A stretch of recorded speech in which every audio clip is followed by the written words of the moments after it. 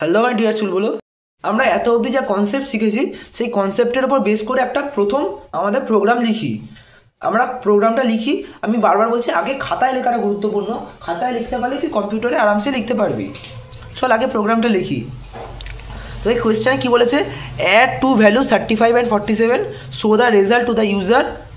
এই প্রোগ্রামটা তোকে লিখতে বলেছে। তো 35 আর 48 দুটো ভ্যালু যোগ করে তার রেজাল্টটা ইউজারকে শো করতে বলেছে। ওকে, তার জন্য কি করতে হবে, প্রথমে দেখ আমি বলছি, মানে আমি আগের দিনই বললাম যে কোনো ডেটা যদি তোকে আসতে হয় এটা ইউজার ডিফাইন্ড ডেটা নয়, মানে ইউজার দেবে না, ওটা আগে থেকে প্রশ্নে বলে দেওয়া আছে 35 আর 47 যোগ করতে হবে, মানে ডিরেক্ট তুই ডিক্লেয়ার করবো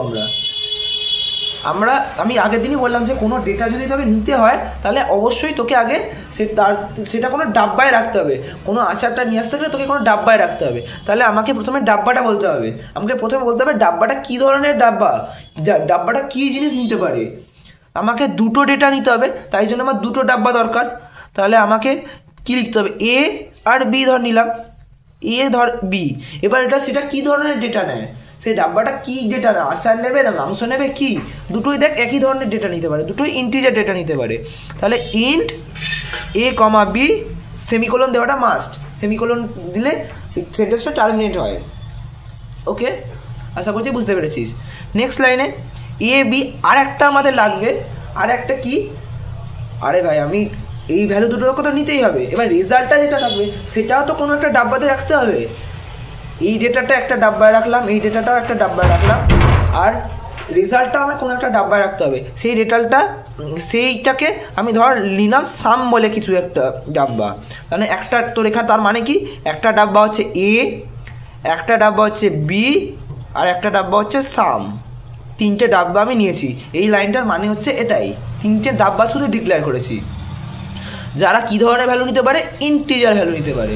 নেক্সট লিখবো এ ইকুয়াল টু 20, মানে 20 বলছি sorry, A equal to 35, B equal to semicolon দেওয়া মাস্ট, বি ইকুয়াল টু 47।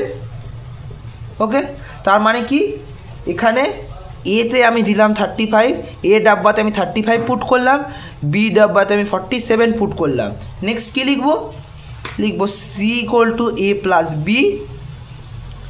তার মানে কি হয়ে গেল, সিতে 35 প্লাস 47 যোগ করে বসিয়ে দিলে কত হয়, 7 5 12, 2 হাতে গেল 1, 3 1 4 4 8, মানে 82।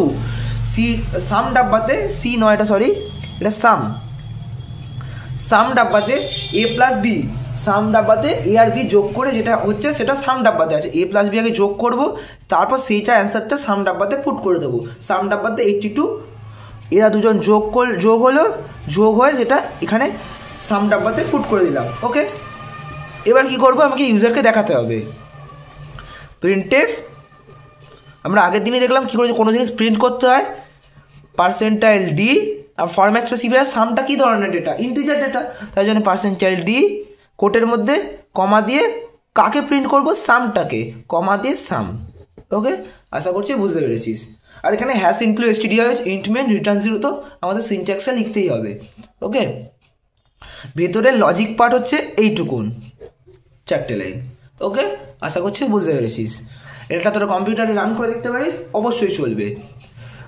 এটা যদি বুঝতে পেরে থাকিস তাহলে একটা হোমওয়ার্ক প্রবলেম তোরা কমেন্ট সেকশানে ড্রপ করতে পারিস। সেম ভ্যালু তোরা করতে পারিস সাবট্র্যাক্ট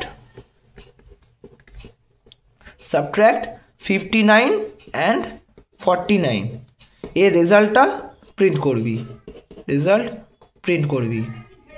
ওকে, এইটা তোরা কমেন্ট সেকশানে ড্রপ করতে পারিস অ্যান্সারটা, ঠিক আছে।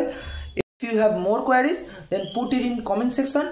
এছাড়াও তোরা এই নোটস পেয়ে যাবি আমাদের টেলিগ্রাম চ্যানেলে, হোয়াটসঅ্যাপ চ্যানেলে। এছাড়াও আরও তোদের যদি মনে কোনো কোয়ারি থাকে তোরা আমাদের মেল করতে পারিস, সব লিঙ্কস डिस्क्रिप्शन बॉक्स एवं पिन कमेंट पे जा भी।